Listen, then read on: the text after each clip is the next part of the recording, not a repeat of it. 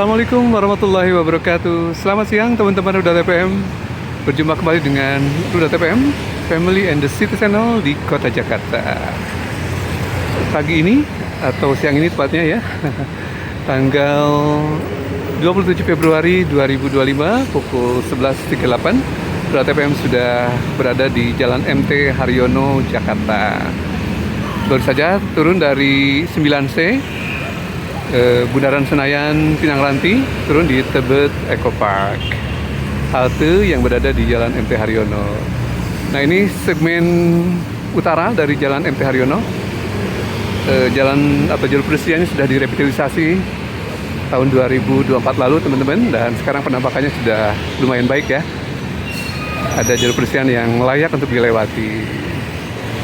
Di beberapa titik ada juga street furniture untuk jeda atau duduk sebentar di jalur pedestrian.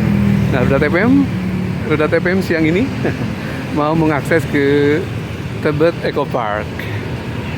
Nah, tidak jauh dari halte BRT Transjakarta tadi ya. Ini haltenya. Nah, kita berjalan ke arah timur. Lumayan jauh sih, mungkin sekitar 400 meter ya, berjalan ke arah Tebet Eco Park dari sisi utara Jalan MT Haryono.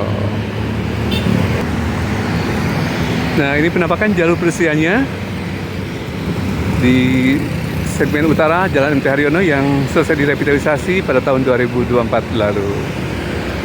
Nah, mengapa Ruda TPM kembali ke Tebet Eco Park? Nah, kabarnya di kepemimpinan baru Provinsi DKI Jakarta ada Bapak Pramdul yang baru selesai dilantik tanggal 20 Februari 2025 lalu, mendeklar akan membuka taman-taman yang berada di Jakarta, terutama Taman Grande ya, taman yang berukuran besar yang sebelumnya sudah direvitalisasi juga di era Pak Anies Baswedan, untuk beroperasi selama 24 jam. Nah, yang kabarnya yang terbaru ini akan diuji coba 4 taman yang berada di Jakarta Selatan, yaitu Tebet Eco Park, ada juga Taman Literasi Marta Christina Tiahahu di Blok M, ada juga Taman Ayodhya dan Taman Langsat di sekitar Jakarta Selatan juga. Nah, tadi Ruda TPM sudah mengunjungi Taman Literasi Marta Christina Tiahahu dan kita coba eksplor siang ini ke Tebet Eco Park. Sejauh mana persiapan untuk membuka Tebet Eco Park sebagai taman yang beroperasi 24 jam.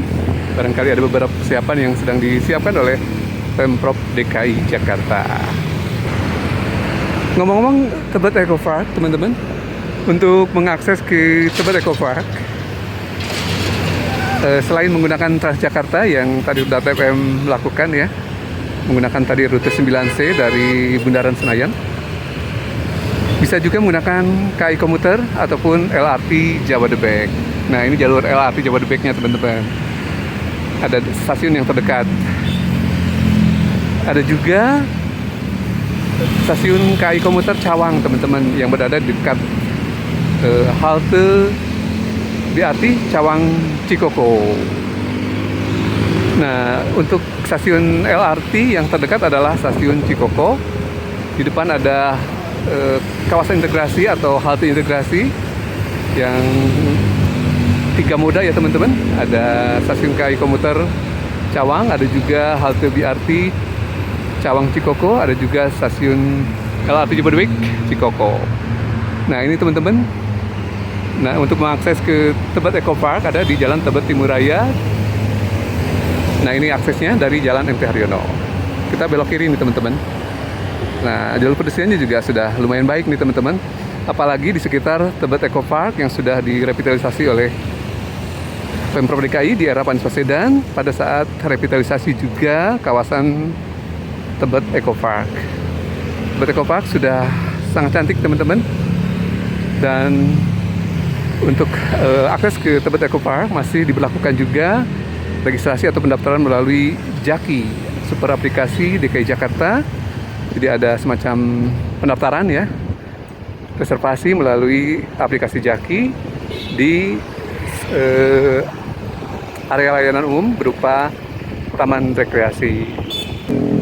Tebet Eco Park berada di Jalan Tebet Timur Raya. Ini yang TPM sedang lintasi adalah Jalan Tebet Timur Raya. Nah, di sebelah baratnya ada Tebet Barat Raya. Jadi diapit oleh dua jalan yang besar ya. Nah, selain itu juga teman-teman bisa menggunakan Jaklingko atau Mikrotrans teman-teman untuk mengakses area ini. Nah, ini penampakan Tebet Eco Park dari sisi selatan yang mengakses Tepung tadi dari Jalan MT Haryono. Nah, ini sebelah kanan adalah Tebet Timur Raya dan sebelah barat adalah Tebet Barat Raya. Sebuah kawasan yang cukup luas, kurang lebih sekitar 7 hektar. Ada dua bagian yang dipisahkan oleh jalan raya dan dihubungkan oleh jembatan ikonik Tebet Eco Park, yaitu Infinity Link Bridge 43B. Jadi banyak sebenarnya akses transportasi umum menuju ke arah Tebet Eco Park, teman-teman. Kita coba lewati melalui Tebet Barat Raya, di mana ada Pavilion Selatan nih, teman-teman. Sementara di utara ada Pavilion Utara. Jadi ada dua pavilion yang besar yang dibangun pada saat revitalisasi Tebet Eco Park. Sudah semakin cantik dan kabarnya dipersiapkan untuk buka 24 jam di era Pramdol. Jadi Tebet Eco Park ini dari sisi desain sudah memenangkan beberapa penghargaan ya, terutama penghargaan luar negeri dari Singapura, termasuk juga di tahun lalu, tahun 2023, memenangkan juga piagam Adipura tingkat nasional untuk kategori taman. Jadi sudah tidak diragukan lagi, pasca revitalisasi, Tebet Eco Park menjadi ikon Jakarta ya, untuk ruang terbuka hijau. Seperti diketahui bahwa ruang terbuka hijau Jakarta masih cukup kurang, teman-teman. Dari target 30% luasan wilayah kota, saat ini baru mencapai 5,2%. Jadi masih jauh untuk mencapai 30%, baik berupa taman, berupa jalur hijau, jalur pembatas hijau, ataupun median jalan, ataupun tempat pemakaman umum. Saat ini jumlahnya masih cukup kurang untuk mencapai amanat undang-undang ya, teman-teman. Ini di area selatan. Wah, ramai sekali teman-teman. Kunjungan dari warga masyarakat. Ada 2 sesi nih, teman-teman, untuk akses ke Tebet Eco Park. Area di selatan dan utara untuk jamnya pagi dan siang. Jadi ada breaknya adalah pukul 12 hingga pukul 13. Jadi 2 sesi kunjungan ya, teman-teman. Selain menjadi ruang terbuka hijau yang cukup besar di Jakarta, termasuk Taman Grande ya, teman-teman, taman yang ukuran besar, di kawasan Tebet Eco Park juga sebagai bagian dari Low Emission Zone atau kawasan zona emisi rendah nih, teman-teman. Setelah tentu saja yang sudah di-declare sebelumnya adalah kawasan Batavia Kota Tua. Nah, yang menjadi tantangan tentu saja adalah menjaga RTH ini tetap baik ya kondisinya dan tetap layak kunjung, termasuk juga menjaga kebersihan. Ini masih banyak daun berguguran yang belum disapu ya, teman-teman. Nah, sepertinya ada anak-anak yang sedang liburan ya, teman-teman. Jeda jelang Ramadan sepertinya ya.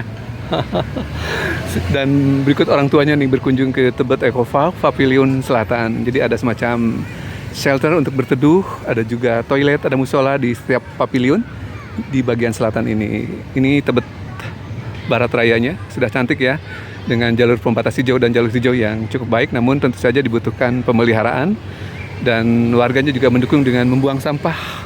Ada tempatnya nih, masih banyak sampah yang tercecer di jalur pedestrian ini.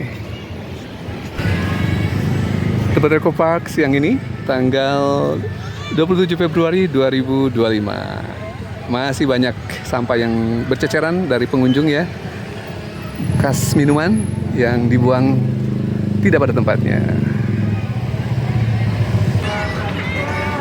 Nah, ini zona selatan, teman-teman. Dari Tebet Eco Park ada area parkir untuk kendaraan listrik ataupun sepeda ya.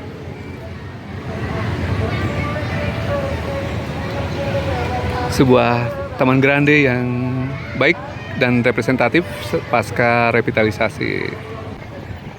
Nah, di area selatan ini khusus untuk pejalan kaki karena tidak ada area parkir kendaraan ya, terkecuali untuk sepeda. Nah, ada pavilionnya ya. Nah, ini juga ada tempat sholat, ada toilet untuk beristirahat sejenak ya teman-teman. Nah, kita coba explore dari sisi selatan. Biasanya RoadTV mengakses dari sisi utara. Ini kebetulan yang sisi selatan sudah dibuka. Dan sepertinya untuk registrasi memang diperlukan, tapi sepertinya tidak mutlak ya. Saat ini RoadTV bisa masuk begitu aja tanpa ada semacam pemeriksaan barcode. RoadTV tadi sudah registrasi juga di Jaki untuk barangkali dibutuhkan oleh Dinas Kehutanan dan Taman Kota DKI ya, sebagai pengelola kawasan ini.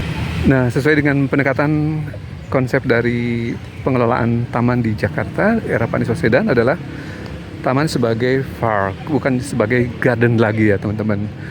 Artinya apa? Tamannya bisa dieksplor, ada jalur pedestriannya, rumputnya juga boleh diinjak. Namun untuk tanaman selain rumput tentu saja tidak boleh diinjak. Kurang lebih begitu ya teman-teman konsep dari park, artinya bisa dieksplor dan dijelajahi. Nah, untuk menghindari menginjak area yang berupa tanaman lainnya, nah disediakanlah jembatan untuk mengeksplornya. Nah, di Tebet Eco Park tersedia ya teman-teman. Ini salah satunya nih teman, wetland, area basah ya. Nah, ini wetland boardwalk. Jadi teman-teman bisa mengakses taman tanpa menginjak bagian yang ada tanamannya. Kurang lebih begini ya konsepnya diterapkan di Tebet Eco Park. Bagian basah ya, kalau hujan mungkin terendam, kalau musim kemarau mengering, dan bisa dieksplor oleh pengunjung melalui jembatan ini. Oh, ramai sekali kunjungan siang ini teman-teman. Nah, beberapa pekerja sedang menyiapkan lampu tambahan untuk menerangi area ini ya. Persiapan untuk nanti Tebet Eco Park beroperasi selama 24 jam. Nah, ini persiapannya nih teman-teman, terlihat ya. Sepertinya untuk Taman Grande yang dibuka untuk beroperasi 24 jam, sebagai contohnya adalah di Tebet Eco Park ini, dari 4 taman yang akan dibuka di Jakarta Selatan.